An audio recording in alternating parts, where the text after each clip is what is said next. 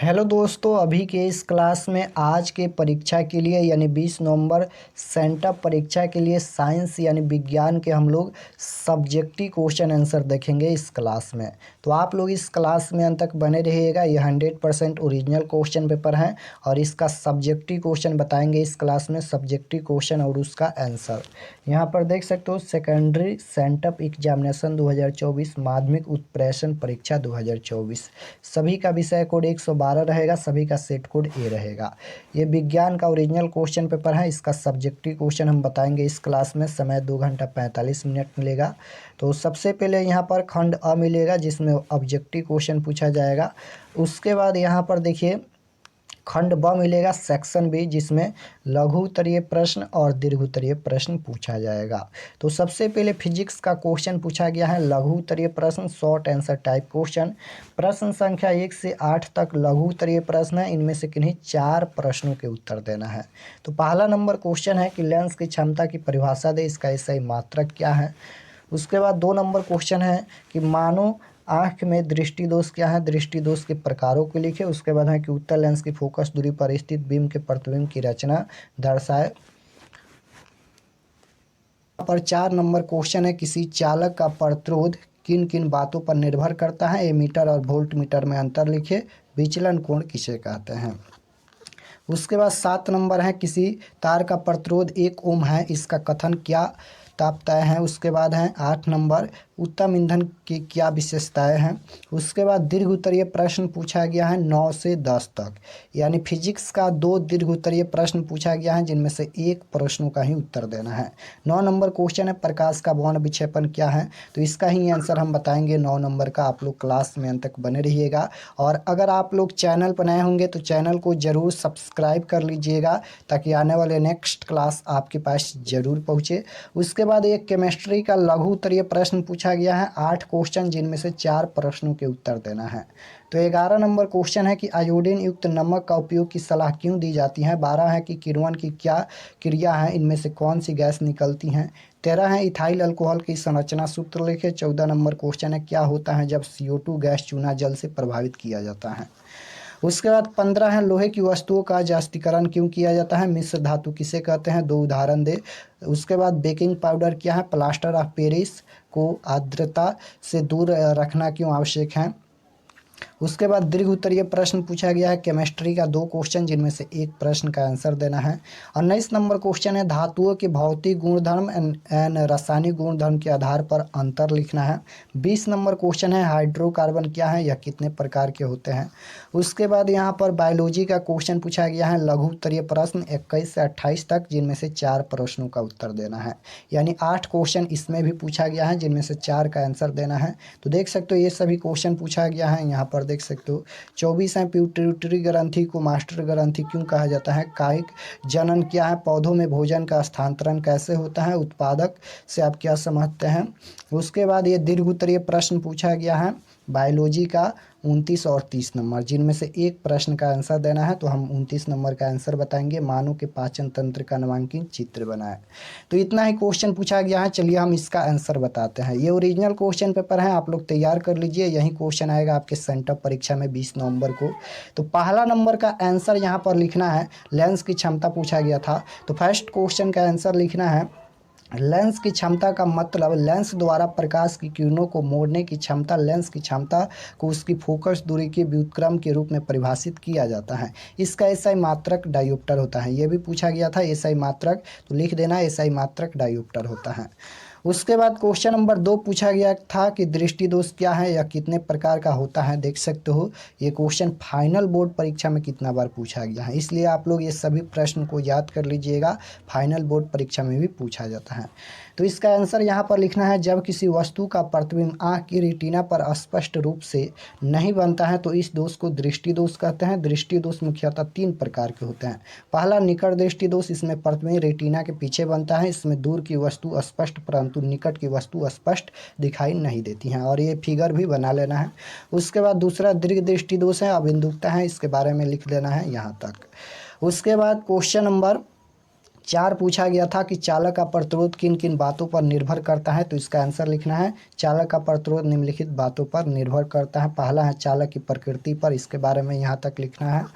उसके बाद दूसरा है चालक की लंबाई पर, तीसरा है चालक की मोटाई पर, तो यहाँ तक लिख देना है। उसके बाद क्वेश्चन नंबर 8 पूछा गया था उत्तम ईंधन क्या है, तो इसका आंसर यहाँ तक लिखना है कि जो ईंधन प्रति एकांक द्रव्यमान पर अधिक ज्वाला प्रदान करे, सरलता से प्राप्त हो, भंडारण और परिवहन सरल हो तथा दाम में सस्ता हो, उसे उत्तम ईंधन कहा जाता है। तो 4 का ही आंसर देना है, 4 प्रश्न तक हम बता दिए। उसके बाद क्वेश्चन नंबर 9 का आंसर है, ये दीर्घ उत्तरीय प्रश्न का आंसर है फिजिक्स का, प्रकाश का वर्ण विक्षेपण क्या है, तो इसका आंसर यहाँ तक लिखना है कि श्वेत प्रकाश की किरण को जब प्रिज्म से गुजारा जाता है तो वह अपने 7 अवयवी रंगों में विभक्त हो जाती हैं। प्रकाश किरण अपने 7 अवयवी रंगों में विभक्त होने की घटना प्रकाश का वर्ण विक्षेपण कहलाती है। तो यहाँ तक लिखना है और ये फिगर भी बनाना है, इसके बारे में भी यहाँ तक लिखना है। उसके बाद क्वेश्चन नंबर 8 देखिए 18 पूछा गया था, या 18 का उत्तर है प्लास्टर ऑफ पेरिस को आर्द्र रोधी बर्तन में क्यों रखा जाना चाहिए, तो इसका आंसर यहाँ तक लिखना है। उसके बाद 17 नंबर का आंसर है बेकिंग सोडा का संक्षिप्त वर्णन करें, तो इसका आंसर लिखना है कि बेकिंग सोडे का रासायनिक सूत्र NaHCO3 है, इसका रासायनिक नाम सोडियम बाइकार्बोनेट है, इसका निर्माण Na2CO3 के जलीय विलयन से CO2 गुजारने पर होता है, और ये सभी उदाहरण भी लिख लेना है। उसके बाद क्वेश्चन नंबर ये 11 का आंसर है, पूछा गया था कि आयोडीन युक्त नमक के उपयोग की सलाह क्यों दी जाती है, तो इसका आंसर लिखना है कि ऑटो ग्रंथि को थायरॉक्सिन हार्मोन बनाने के लिए आयोडीन आवश्यक होता है।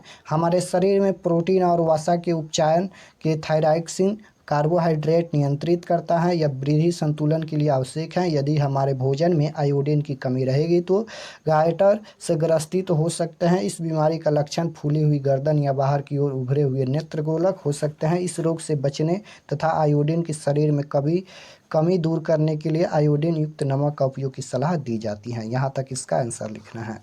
उसके बाद 16 नंबर का आंसर है मिश्र धातु क्या है, तो इसका आंसर लिखना है मिश्र धातु यह 2 या 2 से अधिक धातु अथवा धातु तथा धातु का सममांगी मिश्रण मिश्र धातु कहलाता है। उदाहरण पीतल, तांबा तथा जिंक ये मिश्र धातु हैं।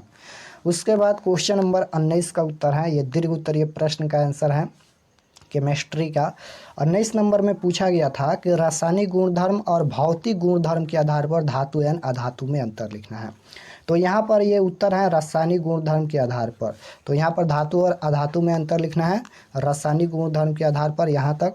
उसके बाद ये 19 नंबर का ही आंसर है भौतिक गुणधर्म के आधार पर धातु और अधातु में अंतर लिखना है। तो क्वेश्चन नंबर 19 में ये दोनों लिखना है क्योंकि 5 अंक मिलेगा, यहाँ तक लिखना है।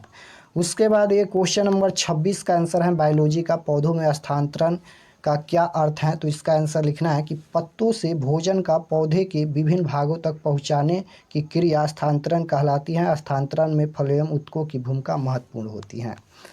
उसके बाद 24 नंबर का आंसर लिखना है पिट्यूटरी ग्रंथि को मास्टर ग्रंथि क्यों कहा जाता है, तो इसका आंसर लिखना है कि पिट्यूटरी ग्रंथि को मास्टर ग्रंथि इसलिए कहा जाता है क्योंकि यह शरीर के कई हार्मोन ग्रंथियों को नियंत्रित करती हैं। यहाँ तक लिख लेना है। उसके बाद 23 नंबर का आंसर है, देख सकते हो इसका PDF कहाँ मिलेगा, तो हम बताएंगे आप लोग को इसका PDF कहाँ मिलेगा। उसके बाद ये 27 नंबर का आंसर है, देख सकते हो। उसके बाद 25 नंबर का आंसर लिखना है। 25 नंबर का आंसर जब किसी पौधों का पुनरुत्पादन बीज के अलावा पौधे के किसी अन्य कायिक भाग से होता है तो इसे कायिक जनन कहते हैं। उसके बाद ये लास्ट क्वेश्चन है बायोलॉजी का दीर्घ उत्तरीय प्रश्न 29 नंबर पूछा गया था। मनुष्य की पाचन क्रिया निम्नलिखित चरणों में विभक्त अंगों में पूर्ण होती है, यहाँ पर लिख देना है इसका आंसर। यहाँ पर उत्तर लिखा गया है क्वेश्चन नंबर 29 का। मुख गुहा में सबसे पहले मुख गुहा में लिखना है कि मनुष्य मुख के द्वारा भोजन ग्रहण करता है। मुख में स्थित दांत भोजन के कणों को चबाते हैं जिससे भोज्य पदार्थ छोटे छोटे कणों में विभक्त हो जाते हैं।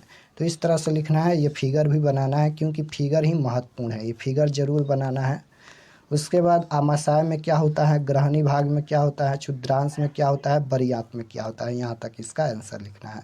तो इतना ही क्वेश्चन पूछा गया है, हम सभी का आंसर बता दिए हैं, आप लोग देख लीजिए। और इसका PDF कैसे मिलेगा चलिए हम आपको बताते हैं। और चैनल पर नए होंगे तो चैनल को ज़रूर सब्सक्राइब कर लीजिएगा। इसका PDF आप लोग को व्हाट्सएप ग्रुप में भी मिल जाएगा।